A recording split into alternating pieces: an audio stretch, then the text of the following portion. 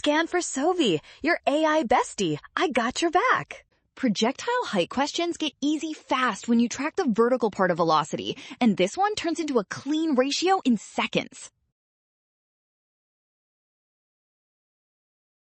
Maximum height for any projectile depends only on its vertical launch speed, because at the top, the vertical velocity becomes 0, giving height proportional to v squared sine squared theta over 2g.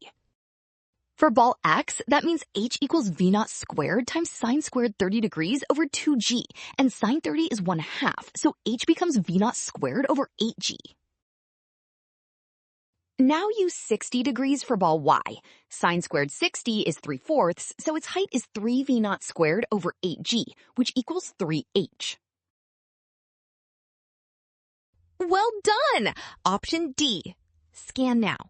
Trap, rushing signs, or setup. Rule, trust the given angle, then check each step before choosing.